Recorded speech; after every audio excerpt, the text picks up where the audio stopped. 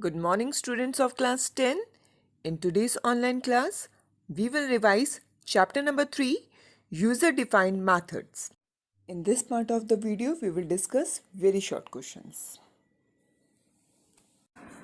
Let's see the question answers. First, we have give the output of the following question. If the value passed are 10 and 90, the programming codes are given here: void x, int a and int b, a equal to a plus b, b equal to a minus b, a equal to a minus b. Then what will be the output? In that case, the value of a will be 90 and the value of b will be 10. Next question we have: define a method, give two advantages of using a method.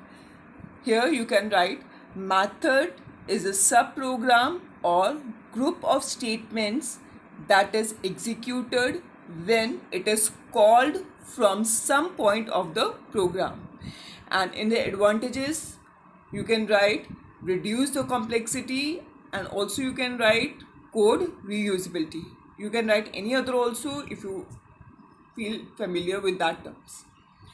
Next we have, in a method, if a variable is declared, can you use it outside the method? The answer is no. You cannot use the variable outside the method. What is such a variable called? That variable is called local variable. Answer will be local variable.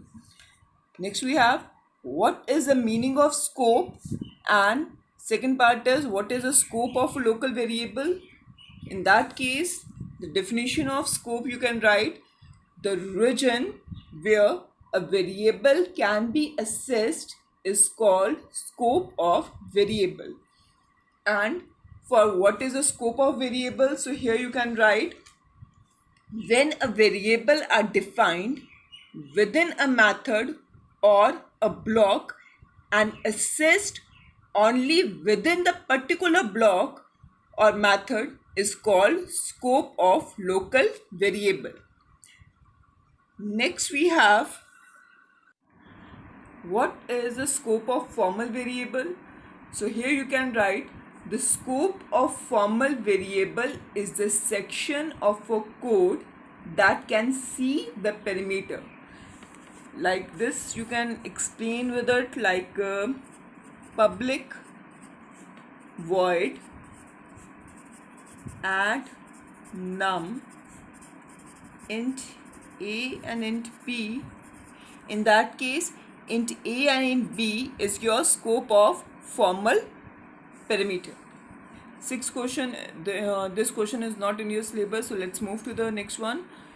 Which OOP principle implements method overloading? So the answer is polymorphism. Next one we have, if a method does not return a value, what should the return type specified as? If the method does not return the value, then the specified type will be void. This will be void. Can more than one method have the same name in a class? Yes, it is possible. Then, can impure method return a value? Yes, impure method can also return a value because maybe or may not be. So in that case, there is a situation of maybe, so it can return a value. Next we have, give an example to show how a method hides the complexity involved from the user. So there you can write like double x equal to math, and will be capital math dot square root y. Now square root is a predefined method. As all of you know that square root is a predefined method. Here user is not concerned how computer is calculating square root or how the value of y or how you will get the output. The value of y is calculated by the computer with the help of square root method. Next question we have, illustrate the mechanism of a method with an example.